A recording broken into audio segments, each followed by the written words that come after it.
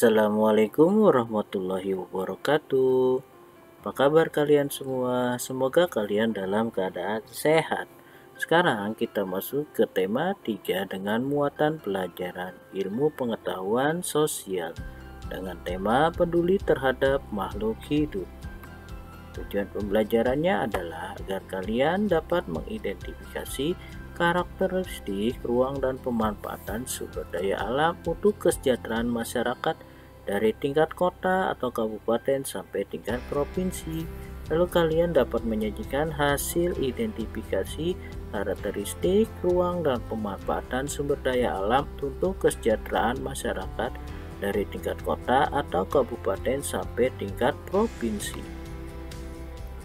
Nah, ciri-ciri sumber daya alam. Salah satu contoh sumber daya alam adalah tanaman. Tanaman ada yang tumbuh di dataran tinggi dan ada yang tumbuh dengan baik di dataran rendah. Tanaman yang tumbuh di dataran tinggi dan rendah contohnya yaitu padi. Tanaman padi tumbuh di dataran tinggi dan rendah di daerah yang beriklim tropis. Tanah yang cocok untuk tanaman padi adalah tanah yang mengandung banyak humus dan pengairan yang cukup. Pada awal masa tanam, tanaman padi harus digenangi oleh air. Tanaman padi harus ditanam di lahan terbuka karena membutuhkan cahaya matahari. Padi juga dapat ditanam di tanah yang miring atau lereng. Sawah bertingkat yang terdapat di lereng disebut sengkedan. Sekarang kita lanjut yaitu tumbuhan teh. Tanaman teh tumbuh di daerah tropis dan subtropis dengan curah hujan yang cukup tinggi. Tanah yang cocok untuk tanaman teh adalah tanah yang mengandung humus. Berbeda dengan padi, teh tidak memerlukan banyak air saat awal tanam. Semakin daerah penanaman teh, semakin tinggi pula kualitas teh yang dihasilkan.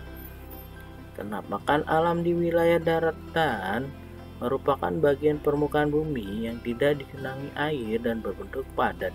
Pegunungan merupakan rangkaian gunung yang saling menyambung satu sama lain, tinggi, luas, dan memanjang dengan mencapai ketinggian lebih dari 700 meter di atas permukaan laut. Dataran tinggi banyak dimanfaatkan sebagai lahan perkebunan seperti teh, kopi, bunga, dan sayuran. Dataran rendah dapat dimanfaatkan sebagai tempat tinggal, tempat perkebunan teh atau kelapa, lahan pertanian industri, dan permukiman. Komodo atau yang bahasa latinnya Varanus komodonis yaitu adalah spesies biawak besar yang terdapat di Provinsi Nusa Tenggara Timur. Komodo adalah binatang yang penyendiri dan hanya berkumpul bersama pada saat makan atau berkembang biak. Fungsi hutan antara lain sebagai paru-paru dunia, media penyerap air, dan habitat hewan dan tumbuhan. Melestarikan tanaman dapat dilakukan dengan banyak cara. Salah satunya adalah menanam pohon di lingkungan sekitar tempat tinggal. Melestarikan sumber daya alam. Burung cendrawasih adalah burung khas Indonesia yang ada di kawasan hutan tropis Papua dan sekitarnya. Hal inilah yang menyebabkan burung tersebut dikelompokkan ke dalam satwa endemik. Burung cendrawasih termasuk ke dalam marga paradis, yang jika diterjemahkan artinya burung surga. Burung cendrawasih saat ini termasuk hewan langka sehingga harus dilindungi. Mari ikut kita melestarikan burung cendrawasih dengan cara tidak memperjualbelikannya, tidak memelihara burung cendrawasih perorangan, tidak merusak habitat aslinya di hutan. Ciri dan pemanfaatan sumber daya alam. Hewan merupakan sumber daya alam yang dapat dimanfaatkan oleh manusia. Hewan juga memiliki tempat hidup. Ada hewan yang tinggal di darat dan juga yang tinggal di perairan. Contoh ciri-ciri tempat hidup hewan yaitu ayam. Ayam tinggal di darat. Ayam memiliki paruh yang berguna untuk mencari makan. Ayam dapat dimanfaatkan daging dan telurnya. Ayam dibudidayakan di peternakan. Peternakan biasa ada di dataran tinggi. Lalu bebek. Bebek tinggal di darat. Namun bebek juga dapat berenang. Bebek dibudidayakan di peternakan. Bebek dapat dimanfaatkan daging dan telurnya. Telur bebek dapat diolah menjadi telur asin. Lalu kelinci. Kelinci hidup di darat, kaki belakang kelinci lebih kuat sehingga membantunya saat melompat. Makanan kelinci adalah sayur-sayuran, terutama wortel. Kelinci umumnya dijadikan hewan peliharaan. Lalu ikan. Ikan hidup di air. Ikan digolongkan menjadi 3 jenis: ikan air bawah, air laut, air payau. Ada ikan yang dimanfaatkan sebagai makanan, ada ikan sebagai ikan piara.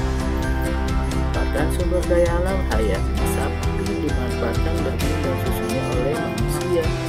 Makhluk hidup terdiri dari manusia, hewan, dan tumbuhan.